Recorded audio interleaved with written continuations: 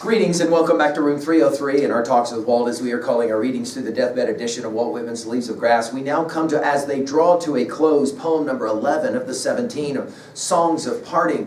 Think about the interesting construction of starting one of his titles with the word as. Here it's as they. And of course it's a vague antecedent, they who. We're going to be talking about his poems. But think about the ways in which we have seen this already in Leaves of Grass. As I Pondered in Silence is the second poem in all Leaves of Grass. And then you'll remember as Adam early in the morning, as I ebbed, as toilsome I wandered, as I lay with my head upon the lap, as consequent, etc., as if a phantom, as I watched, as I walked broad majestic days, as time draws nigh, and then of course just recently in this cluster, as at thy portals. And we'll only see this construction in the titles one more time, as the Greek signal flame will be the very last time that this kind of phraseology gets used. I love to point stuff like this out that you can only really see if you've read all of the Leaves of Grass Deathbed Edition. Now our assumption is that you've been following our stuff at learnstrong.net, down that left-hand side, Talks with Walt,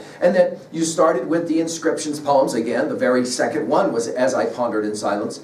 And we gave a set of introductory comments to Songs of Parting that I'm hopeful that you're already exposed to. And we just finished with Sobbing of the Bells. Now our Nortons will tell us about this poem that it was first published in the 1871 Passage to India, entitled Thought, in the cluster Now Final to the Shore.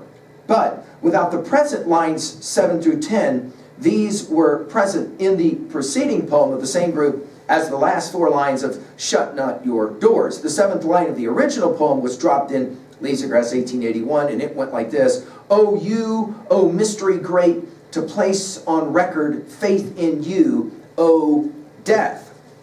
Now, as we look at this poem, again, the vague antecedent, and we've used that phrase in our lectures on Shakespeare, when, for example, we'll have this use of the pronoun, but it's not totally clear who we're referencing right away. Hamlet's mother will say, I will not talk to her, and oh yeah, she's talking about Ophelia. We'll do this kind of thing at the very beginning, and I think that Whitman learned to play this game from Shakespeare. As they draw to a close, and the obvious question is, they who? Of course, this idea of drawing to a close does take us back to Hamlet. You'll remember in 3-4, when Hamlet, after he's killed Polonius, will say to draw towards an end with you, as he's dragging lug the guts is what he calls it, this idea of drawing to a close, coming to an end. Obviously Songs of Parting we're playing around with. Notice as well the use of the word close and close in Leaves of Grass, as in close as in proximity versus close as in shut or end. We're going to get 6 repetitions of here, but we start with the word as. As they draw to a close of what underlies the precedent songs. You'll remember proceeding from Blue Ontario Shore 5. And then the dash. Of my aims in them, that is to say the poems, of the seed I have sought to plant in them. Think about, of course, calling your collection of poems Leaves of Grass, and then to talk about planting them and hoping that there will be some growth.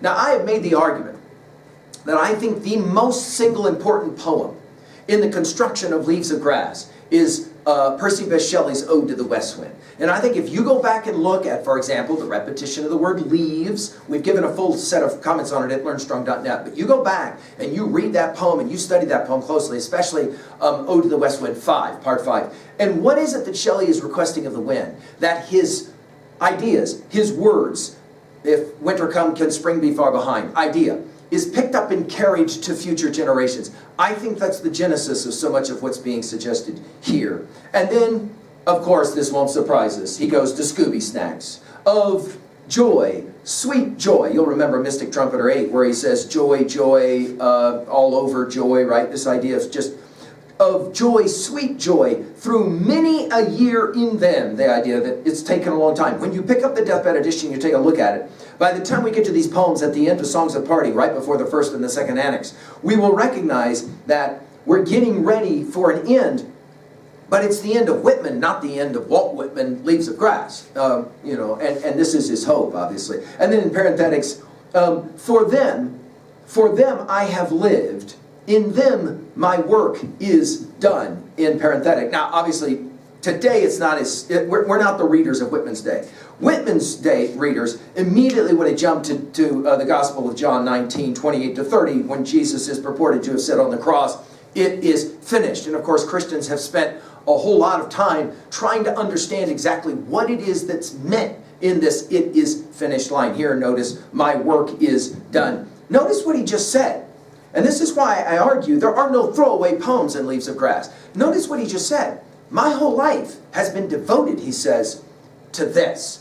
Well, yeah, but your whole life was devoted to a lot of things. But standing behind all of it was these poems. And obviously it makes us reverence them, right? He says, of many an aspiration fond, obviously much of that Whitman did not realize, sadly, in his own life. It would only be after the fact that Whitman, much like John Keats, a poet that he loved, would be really understood after the fact. Of many an aspiration fond, of many a dream and plan. Obviously, this idea of the plan, it has been central to the whole project of Leaves of Grass. And one of the reasons we keep coming back to Norton's, notice, in every one of these poems, almost every one of them starts one place and ends somewhere else. The plan, right? The plan, the intentionality of it all. Through space and time, obviously it takes us back to Song of Myself 46. Some of you guys smile every time I bring up Song of Myself 46. I think it's the heart of Leaves of Grass in many ways. I know I have the best of time and space and was never married. Notice here it's the reversal, it's space and time. Through space and time, fused in a chant, you'll remember fused from Song of Myself 26. But again, it's that notion of hugging, grabbing, fusing, bringing together, and the flowing eternal identity, again, flowing leaves of grass. And then to nature, notice capitalized, encompassing these. So again, from fused to encompassing. Encompassing God. Whoa, now, and it's fun to do this, to just sit down and read all the Leaves of Grass, to try to figure out what Whitman's theology is. I mean, we kind of know what his theodicy is. Don't ask why this is happening to me, but rather for me. But what about his theology, from to him that was crucified to Song of Myself 48? It is a fascinating thing. Here he says that these lines, Leaves of Grass, were intended to try to somehow encompass God, and then a dash, to the joyous, we're back to joy, electric all. So his use of the word electric, alive, right? Growth, dynamic. To the sense of death. Uh-oh. So here's why I say that Whitman is an informed optimist. He's not just some blind optimist. He's informed, right? Now he's going to capitalize death. To the sense of death and accepting, exalting death. In its turn, the same as life. You could make the argument that Whitman seems to suggest that acceptance is the greatest virtue, because all of life is about coming to accept Beowulf's dragon. As we've commented at learnstrong.net, you can go and run that to ground. In other words, yes, Beowulf can defeat Grendel. Yes, Beowulf can defeat Grendel's mom. But it's going to be that dragon that will ultimately take him down, right? In other words, it's coming. You don't get to swing at the park forever. You have to go to the van. They were teaching it to us when we were children, even though we didn't want to go to the van. Here, he will remind us that death is a part of life, and therefore, I'm getting ready for that close as well. The entrance of man to sing. This idea of when there is an end, there is a beginning. I think T.S. Eliot was very influenced by this idea. To compact you, ye parted, diverse lives. He could be talking obviously about his own lives. He could be talking about all the lives of those, for example, young men that he helped and nursed as a wound dresser. To put rapport, notice how he keeps using this word. To put rapport, the mountains and rocks and streams, it always comes back to the land. It always comes back to the earth. It always comes back to nature with Whitman. And the winds of the north and the forests of oak and pine tree with you, O soul. Of course, O soul, we're familiar with it. 30 times in Leaves of Grass it gets used. It's almost like a mantra. O soul, that just keeps coming back again and again. What is it that he's saying here at the end? That his poetry was an attempt to reconcile, bring together all of nature. It is in some ways pretty remarkable, and it takes us back to Milton and Paradise Lost to justify the ways of God to men. That's Milton's theodicy, and I think Milton very much influenced Whitman. Of course, we've given full lectures on every book of Paradise Lost. You can run that one to ground. Well, what's really being suggested here at 2A? I think he's arguing that a great poet has to believe that his or her work will continue. It will serve as seeds to then give growth to. And one of the reasons that we call this series Talks with Walt is that we are engaging in a conversation. If these poems do anything, and I hope they're doing more than one thing, I think it is that they lead to more conversation. Well, you'll find that once you read one of these poems, you want to share it with somebody. Hey, what do you think he means by this? Right? Like, what does he mean by electric? Why does he use this word electric? What's up with that? Of course, the repetition in 2b of the words of and to, I love. I love how he plays around with words like close and close. It's fun to me to see stuff like that as well. At 3a, I want to already be gesturing 95 poems from now. Why? Because in the Deathbed edition, we will be looking at Goodbye, My Fancy.